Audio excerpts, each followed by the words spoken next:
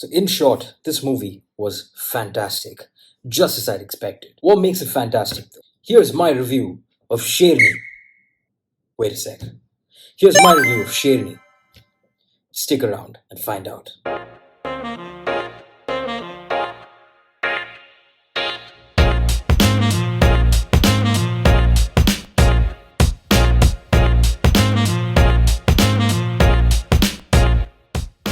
So, as a reviewer, I feel obligated to tell you right off the bat that this movie is not about feminism or patriarchy existing in the job of a female forest officer. This movie is being heavily marketed as one that discusses the struggles of a woman in a community dominated by men. Does the movie have a female protagonist working in a male dominated environment? Yes. Does the movie make a big deal about it though? No. This movie focuses on the animals, not feminism. This movie focuses on the struggles of a forest officer trying to do her duty, not a woman trying to do her duty. Sherni denotes an actual Sherni, a tigress, not Vidya Balan herself. Please don't be mistaken by the various articles that have come out online before the movie even released. I mean, if you still think that's what this movie is about after watching it, that's totally fine. Art is, after all, open to interpretation. And so is a lot of stuff in this movie. We're familiar with Amit Masurkar's style from Newton. Concepts are not explained in detail. It's assumed we as audiences understand all the topics or terms being discussed. A slow narrative, detailed visuals that capture the scenery and not just the scene, characters that are pitted against each other, though they need to work together. This style has been established by Amit Masurkar in Newton itself. It repeats itself in this film, and in this case, repetition is not bad at all. The movie is about the lives of people in forest areas, how they have to live among the forest animals, and the dangers associated with rearing livestock, such as cows, goats, and chicken, in the midst of leopards, tigers, and bears. The movie is also about the atrocities that politicians commit through a complete disregard for the efforts of forest officers. As usual, the politicians can do anything as long as it pushes their political agenda of winning an election. They shamelessly coerce corrupt higher officials in the forest department, and the damages caused by the tug of war between two opposing parties is paid for by the people, the forest department, and more importantly, the wild animals of the forest. The movie discusses the problems with mining, removing grasslands for lucrative plantations such as teak wood, and more importantly, the effects of one small lapse in a contractor's responsibilities. The movie is essentially about a tiger that's on the loose and on a bit of a killing spree, hunting down humans that it finds, but not eating them.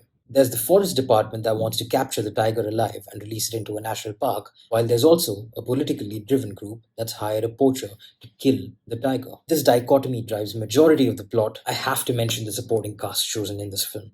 Just like Newton, it's splendid. Perfect. Fits right in with the theme of the film. Newton showcased some locals that really looked like locals, and Amit Masurkar has no problem pulling this off again. It really takes you into the zone that the director was in while filming the movie. The movie is peppered with some beautiful aerial shots showcasing the lush green forests of Madhya Pradesh.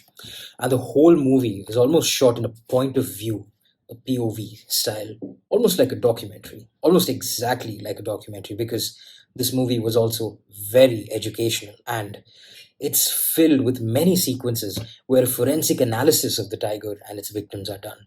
The tiger tracking bits are treated with so much care that it really draws you in as a viewer. Vidya Balan as Vidya Vincent, a Mallu origin newly appointed DFO, short for Divisional Forest Officer, in Madhya Pradesh Forest Reserve, is introduced in the most unappealing, most ordinary manner, in a long shot showing her calling some forest officers that are testing some equipment. This is by far the most casual protagonist introduction I have ever seen in my life. Her acting in this movie is just masterful. She effortlessly conveys her conflicts without saying a word or even a hint of overacting. She puts her experience to good use here, and she's a very good choice for this movie.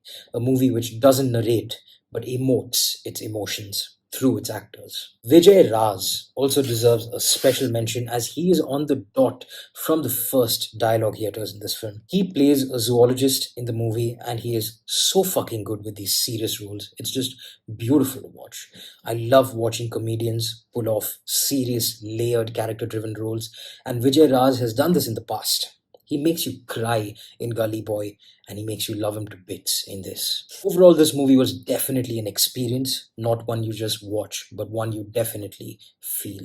A movie that's very relevant and a movie that's very original. Now, the movie is definitely a slow burn, but trust me, it's not for nothing.